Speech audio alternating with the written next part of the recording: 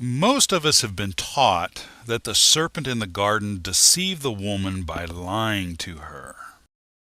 What I will demonstrate here is that the serpent did not lie to her. In fact, he told her the complete truth. And the serpent deceived the woman with the truth.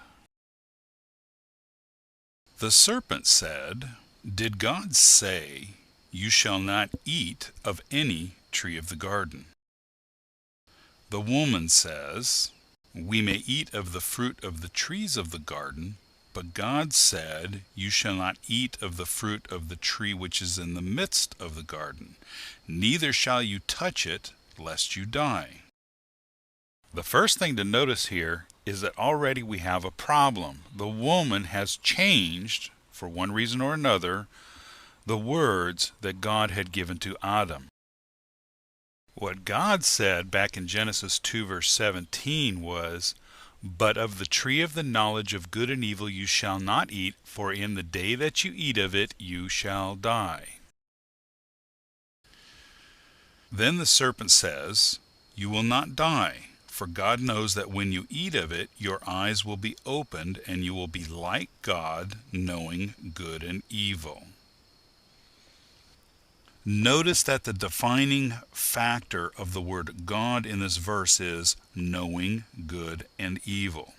The English word God is not an exact translation of the Hebrew word Elohim, which means one of power and authority, one who knows good and evil. When we read Genesis 3 verse 22, God said, "Behold, the man has become like one of us, knowing good and evil." The serpent didn't lie. Even God said they will be like one of us, and provides the definition of an Elohim, knowing good and evil. The verse continues, "And now, lest he put forth his hand and take also of the tree of life, and eat and live forever." The serpent didn't lie when he said you will not die, as even God said that Adam and the woman would live forever. At this point, we need to examine the phrase "you will die" in the Hebrew, because the English doesn't completely convey what is going on in the Hebrew text. According to the Revised Standard Version, in Genesis chapter 2 verse 17, God said, "You will die."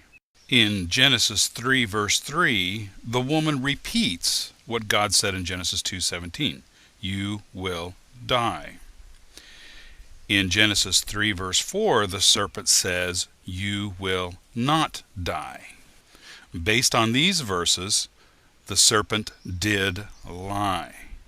But this is not what is in the Hebrew text. It's a little trickier. In Genesis 2:17, God said, "Mot tamut," and this can be translated as "you will surely die." In Genesis 3 verse 3, the woman says, "Tamutun." This can be translated as "you must die." The woman got it wrong.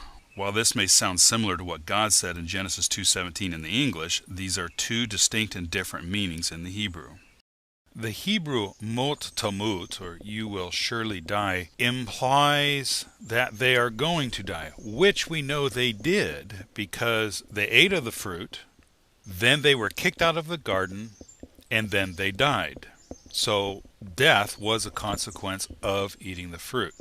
However, tamutun, or "you must die," more implies an immediate death. In other words, if you eat of this fruit, you will die.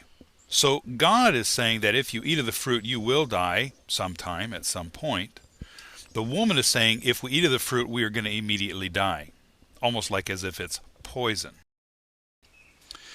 Then in Genesis 3 verse 4, the serpent combines what God said and what the woman said and said, "Lo mot tamutun." And this can be translated as "you must not surely die." Again, this may sound similar in the English, but in Hebrew these are very distinct and different statements. The serpent is correct. God did not say, "You must surely die." The serpent never told a lie, but he did deceive the woman with the truth.